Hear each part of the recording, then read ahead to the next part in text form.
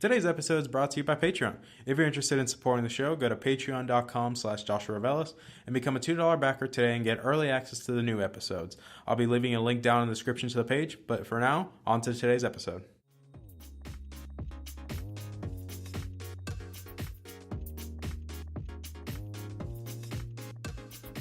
You're listening to the Augmented Experience podcast.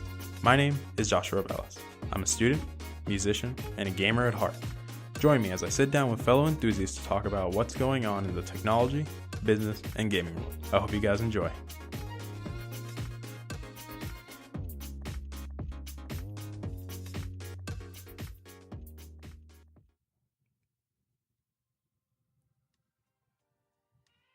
All right, everybody, welcome back to the show. My name is Joshua Revelis. You already know who I am.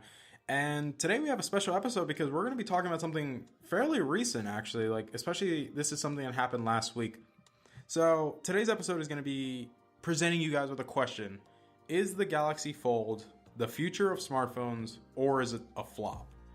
Now, I think in order to address this question, we really have to understand what it is. Because obviously, most of you probably don't even know what the Galaxy Fold is, which I'd probably make the argument I don't know how, especially given that it's been plastered all over the news and Twitter, if you like checking Twitter, and YouTube, and it's just ridiculously on what we were presented with.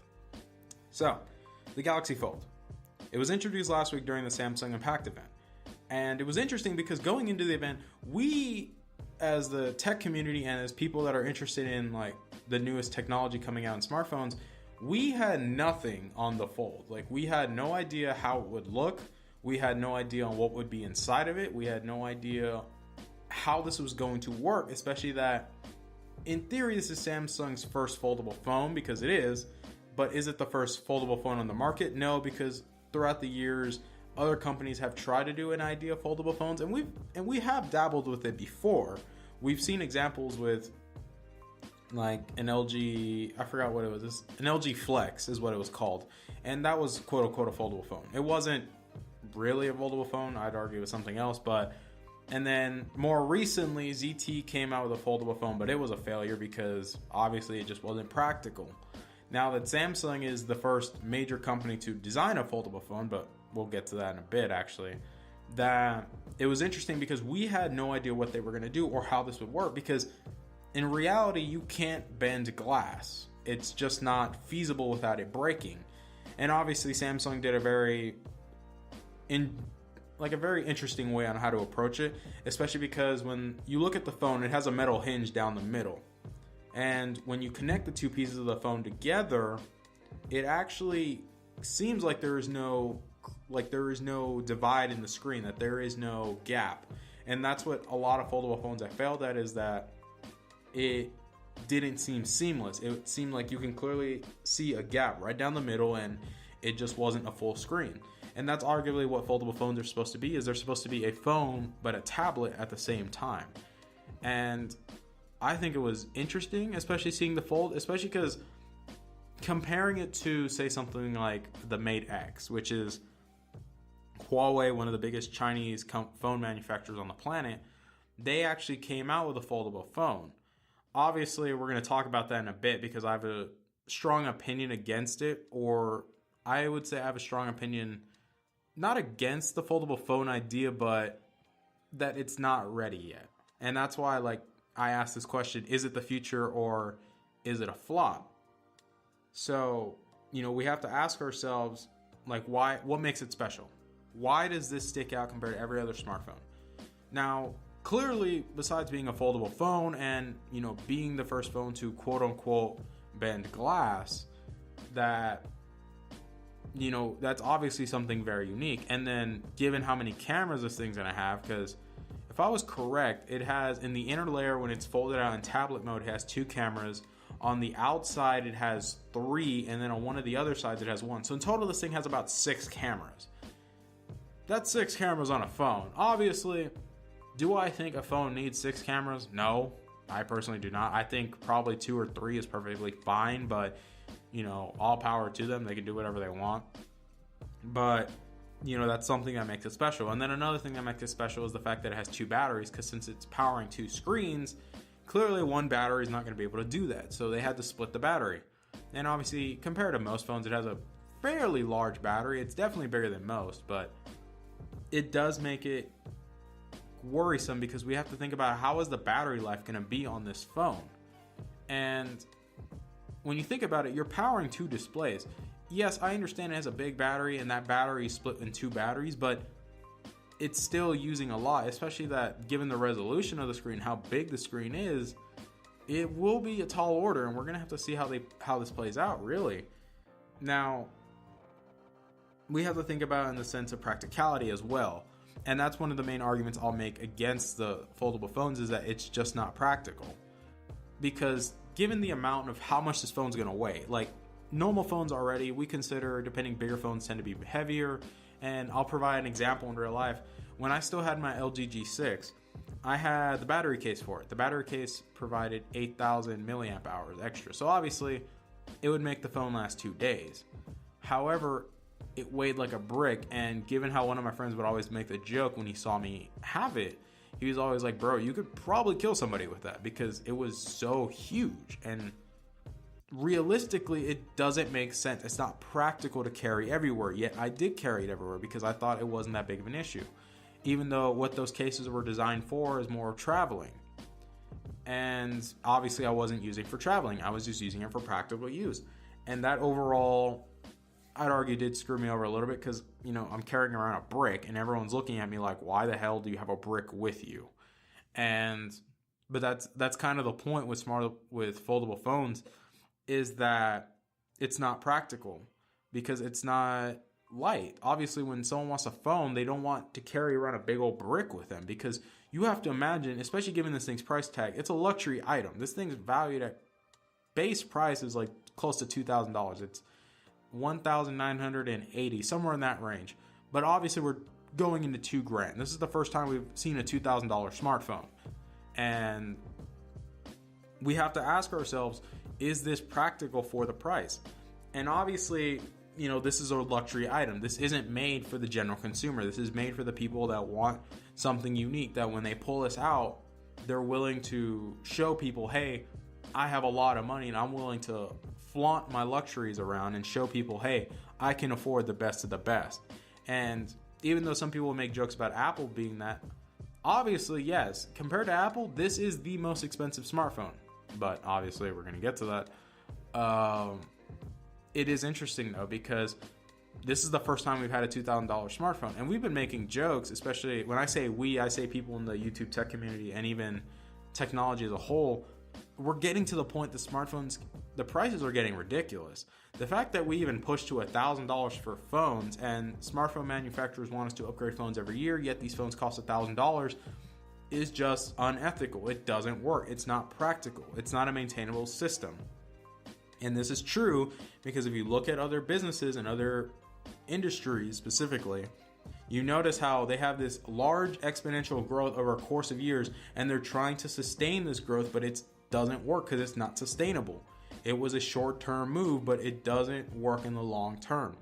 Arguably, people have made this joke about EA and Activision and all them because they did this with microtransactions. They included microtransactions and their stock basically multiplied sixfold, and they're trying to sustain this growth, and they're realizing it's unsustainable, yet they're doing short-term maneuvers to make it sustainable.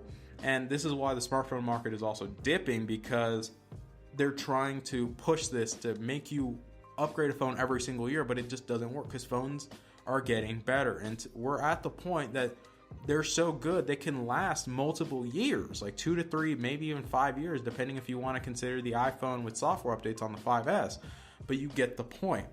We're getting to a point that it doesn't make sense, and it's showing. And obviously, yes, I get that the Fold is a luxury item. Do I think it's going to sell a lot? No. I honestly think it, realistically, I wouldn't be surprised if it reaches 100,000 units sold, but still, I don't see Samsung using this as a way to get profit. I don't, especially given the whole mechanism inside of this thing. In order to make it work, I don't think there's really that much profit to be made with this phone. I honestly believe Samsung is probably selling this phone at a loss, but they're trying to get the market to invest in this kind of technology to push forward a little bit more. And obviously, yes, this event where they showed off this phone was on the 10th anniversary of Samsung releasing the S lineup. So it only made sense that they were going to include something for the next decade. Now, do I believe that the Fold is a Generation 1 product? For Samsung, yes, but as an overall market, no. I think this is probably at least Generation 2, especially because we already had the ZTE phone, and this is clearly a lot more polished. Now, we have to talk about the Huawei Mate X, because this thing is, dear Lord, I don't know what they were thinking in this, because, so this phone got unveiled 3 days after the Samsung event.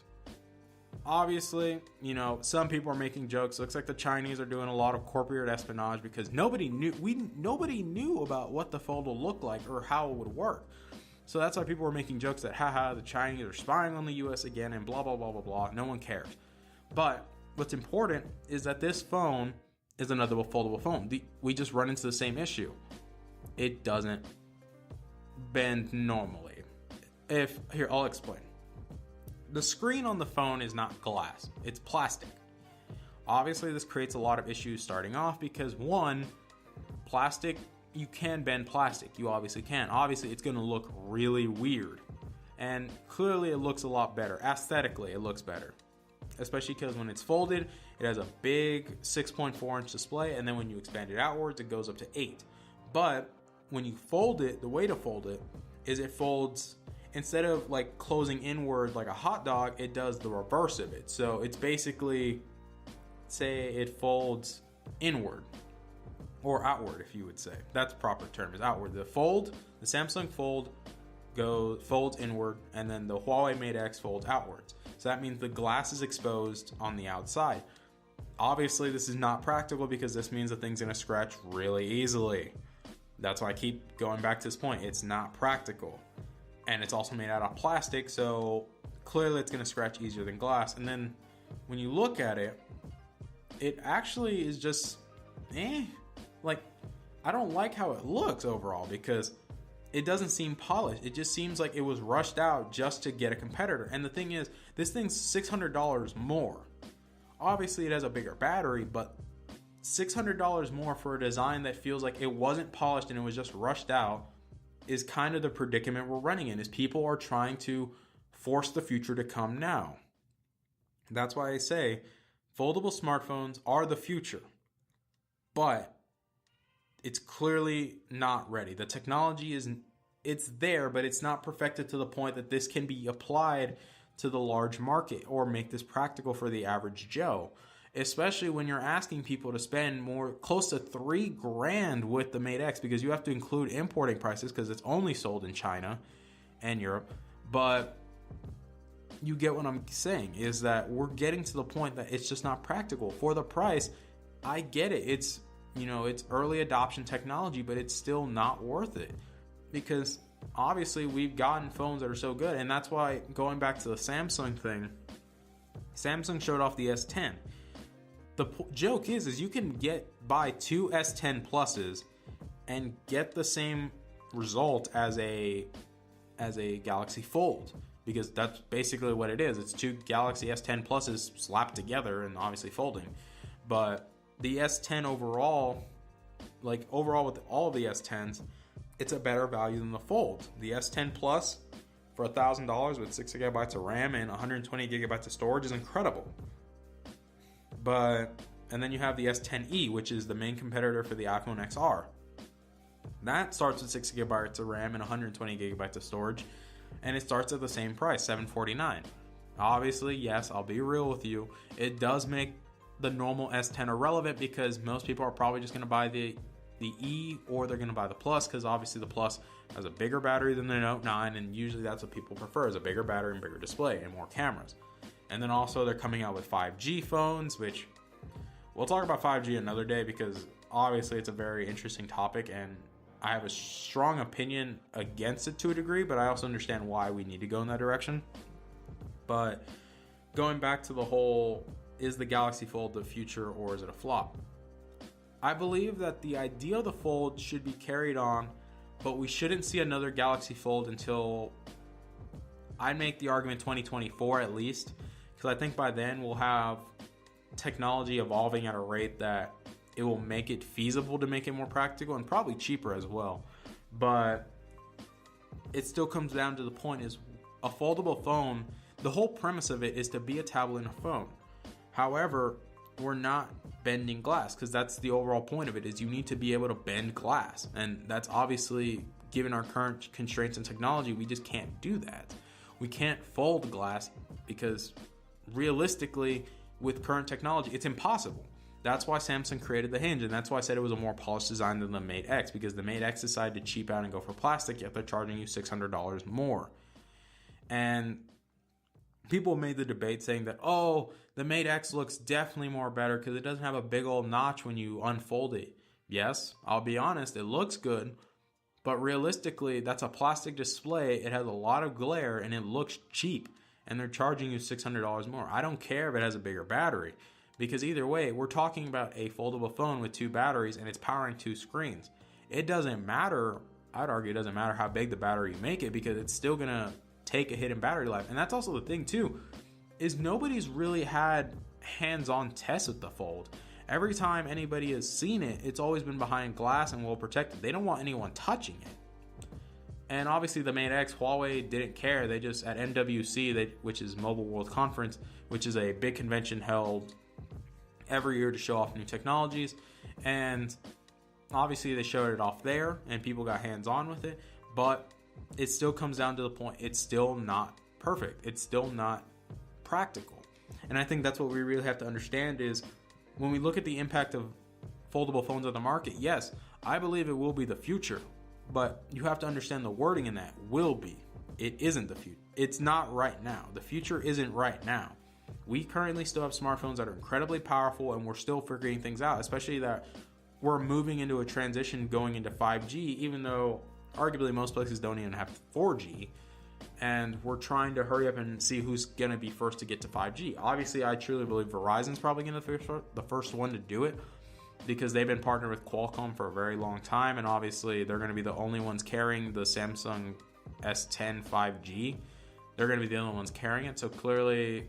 And they also have the Motorola that has the Moto Mod for 5G, so obviously Verizon is keeping everything with 5G, and AT&T is currently being dumb because they're lying to customers with this whole 5G. It's not 5G, it's just 4G evolution, that's all it really is. But you get the point. We're at a crossroads where we have to ask ourselves, is it practical to have this technology now, or should we wait until it is practical and then the overall consumer can have it? Because that's the issues we're running into. Is, I know it sounds like I'm being a dead horse right now, but it just isn't practical, guys. And I like the technology, I'm not gonna lie. When I look at the Mate X and the Fold, I personally will side with the Fold more because it's clearly a more polished design. It's meant to be durable. The Mate X is just made to look good. It's not reliable. And obviously I hate Huawei's software because, in my opinion, it's garbage. Like, it's always going to be a downfall. I think it's just a cheap iOS knockoff, and it just doesn't feel right overall. That's my opinion on it. You know, people can have different opinions, and some people are all right with it. But in the sense of Samsung, I do like that they at least updated their software and made it look nicer with the Samsung One UI. And I think overall it's a better direction for Samsung, especially because, you know, they don't really have that good of a relationship with Google, especially that Samsung, they had a bad relationship with Google a long time ago, and because of that, that's why Samsung would rather partner with Microsoft to bring Microsoft apps to Samsung rather than promoting more Google apps. And that's why, like, Samsung made their own assistant and didn't want to make the Bixby button remappable for Google Assistant. Obviously, because of the S10 Plus, we are getting the remappable Bixby button, bless, because that Bixby button was stupid, and I honestly think it should have been remapped, because obviously some people would confuse it for the volume switch because it was right next to it. So usually you would end up pressing that instead of the volume button, and it was really annoying and make the phone lag. And then obviously, yes, the biggest takeaways I think overall from the Samsung event that we need to realize is, one, yes, I believe Samsung is going in the right direction, that they want to make foldable phones the future, and that they want to spend the next decade innovating and they want to focus on making this technology better and better. However, then you have companies like Huawei that came out and made this. People say it looks better, and overall they said, oh, it's so much better. It's $600 more, but its display is crap and it's probably not as durable. Like, we run into so many issues. Like, first off, you have to think about the issues of cases. How are you going to put a case on this thing? Like, especially given that it's 2 screens. So then you also have to think about screen protectors. How in the hell is a screen protector going to work for this again? You get what I'm saying? Like, we run into issues like that. How are you going to wirelessly charge this thing if you want to do wireless charging? Like, we run into a lot of complications that just makes things so much more difficult than what it needs to be. Obviously, yes, I'm going to be honest with you guys, I don't think you should even buy a foldable phone for probably the next decade. Like, people are just like, oh, wait till Apple comes up with it, it's going to be so good. I'm like, even then, I don't even think Apple will make a good one, because if Apple can't even figure out AirPower, what makes you think they're going to figure out how to bend glass? Like, that's not bashing Apple. I like Apple products, clearly, because I'm using an iPad Pro right now. But you get the point. It doesn't matter if you give somebody more time. It's still the limitations of technology. We are still limited by some things that we can and can't do.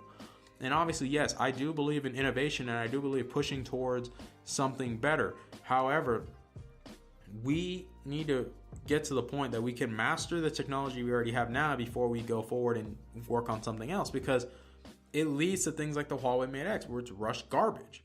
I will personally call the Mate X garbage. Like, it basically is. Like, you cheaped out on the screen, you made it plastic, you went with a worse design than the Fold. You can't really get it to look nice. Obviously, yes, I get it's a bigger display, no notch, nothing. It's still ugly. It has a horrible glare, and at the same time, it folds outwards. Like, that's terrible. Like, why would you want it to fold outwards? Especially because you're exposing the screen. And yes, I get it. They included a case with it to protect it. Obviously, I don't think it's a case. I call it an envelope, really. But you get the point. We still revolve around this whole idea of not being practical. It's not practical. That's the overarching theme that I want us to understand, especially with this kind of technology, is it's not practical. Especially given its price point. Like, these things are going to be I believe over the years, we're going to see more and more companies make these, and they're going to be over $2,000 easily. Obviously, am I going to be surprised if Apple wants like $3,000 or $4,000 for this thing? Probably not. I believe they probably do it. But obviously, we have so much more on our plate this year that we need to be focused on, the technology we're going to get this year, especially because I'd argue the S10 is probably the best phone of the year right now. Clearly, based on what it has, what it offers, it's overall a better phone. It has one of the best cameras on the phone right now, which actually, if you look at DxOMark, I'm not going to say that DxOMark is the be-all end-all for camera smartphones, but they do give a good idea that the S10 is arguably considered the best camera on a phone right now. Obviously, we still have to wait for the next Pixel, the Pixel 4 and Pixel 4 XL. We have to wait for the new iPhones this year, which, based on the rumors, we're going to get a new design again, or a smaller notch, I believe, and probably maybe even the new AirPods. I believe the new AirPods are coming, especially given how well they sold. And maybe AirPower. I don't think AirPower, I'd argue 2020 probably at best is when it'll be ready, but, that's my opinion on it. That, we just have to think of things like that. And we have so much more to focus on, especially because the S10 is the phone to beat this year, clearly. That, do I believe the next Pixel? If Google gets their crap together, then probably, because especially given how bad the Pixel 3, Pixel 3 XL launch release was, I'd argue they really need a winner this year, because the Pixel 3 and Pixel 3 XL I'd argue it was the worst way to handle the launch of a phone. Not only was this phone leaked all over the place, we had exact specs. This was in the hands of Russians, like, way early, because for some reason the phone was on the black market, and people had this phone in their hand, did a full review of the phone, and then Google still advertised you think you know everything. And then when the event came, we got exactly what we already knew, and obviously people were pissed, because they're like, we already knew this, and we thought you guys were just trolling us and leaking all these fake prototypes just to get us thinking. And obviously, I believe Samsung did the better choice of handling marketing this year, especially that They intentionally leaked the trailer of the S10 to take away all the focus from the Galaxy Fold. And obviously they opened with the Fold and gave everyone a huge shock because we didn't think it would be ready, especially because this thing will be sold in April. So it's right around the corner. Obviously, I do believe there will be some tech YouTubers that will review it and, we'll get to see how this phone performs in real day use. But my opinion still stands, guys. It's not practical. I'm still going to be sturdy on that opinion. I'm not going to change my mind on it. I think many people will agree with me as well. And I know MKBHD and Front Page Tech, they also agree with me. I know they shared similar ideas and what they believe and how they should be approached. And I agree with them on it. It is the future. Foldable phones will be the future. But the technology is not ready right now. We should not be hyping it up as such. We should not be saying this is the next big thing, because it will be the future, but that future is not right now. And that's what we need to come to the realization, is that based on limitations of technology, we can't make this practical enough. Because you also take into account, we don't know how the software is going to handle this. And obviously the Huawei phone, I'm going to make the argument right now. Its software is not going to be able to handle that phone easily, especially because we're talking about multiple times folding it in and out and using it in foldable mode or normal mode. Like, I just don't think it will handle it. I think Samsung obviously spent more time doing this. They spent more time patenting. They spent more time refining the design. And I think software-wise, it will work. But it still won't be practical because obviously, yes, accessories are going to be a pain in the ass for this thing. There's no cases for it. There's no screen protectors, unless if they're made by Samsung. And obviously, they're probably going to do something very intuitive with it. But that's my opinion, guys. I don't know. Personally, in my opinion, I'm conflicted on this topic. Even though it sounds like I'm not really conflicted, but in reality, it's because I really like the design. When I first saw it, I loved the phone. And, I can understand why people would consider this future technology, which it is, but it just shouldn't be sold. That's why I said that in reality, I don't think the Fold should have been sold this year. Everybody was thinking that they were just going to show a teaser for it and then it would be ready in 2020 when they show the actual event for it. But obviously, we got bamboozled and, we got the phone and now we know we're getting it in a few months, like less than probably a month. So that's all I can really tell you guys on this, that, we're in a day and age, especially that I said this to my roommate, we're at the day and age that $2,000 smartphones are now going to probably end up being considered normal. And I think that's a terrible idea. I already think smartphones are overpriced the way they are. And that's something I'm going to talk about for the hint for next week's episode. But we're going down a very slippery slope. And I hope that Samsung realizes that they need to really think about how they're going to charge people for phones, especially how much, because you already put in the market a $2,000 smartphone. So you already told the market, hey, you're fine with pushing this out for $2,000. What makes you think everybody else is not going to do that? So yeah, that's really all I can tell you guys about this. In my opinion, I hope you guys think about this really, and then you ask yourself this question, or even ask people around you, ask them, would you buy a foldable phone? I want to see what you guys would get as a response to it, because I think it would educate you more in the process of understanding, would the general market buy a foldable phone? Like, obviously, I can go out and do random interviews with people and ask them on the college campus, hey, do you think the foldable phones are the future, or would you buy one right now? Like, I guarantee you most of the responses I get would probably be no, especially given its price tag. And if I tell them how much it is, they'd probably say no. But yeah, that's really all I got for you guys today. But going back to what I said earlier, that for a hint for next week's episode. So for next week's episode, I'm going to sit down with my friend Ryan in Dallas. So because obviously it's spring break. So I'll be back in town for, actually, no, next week's not my spring break, actually. It would be the week after. So next week's episode is probably going to be a little bit more different.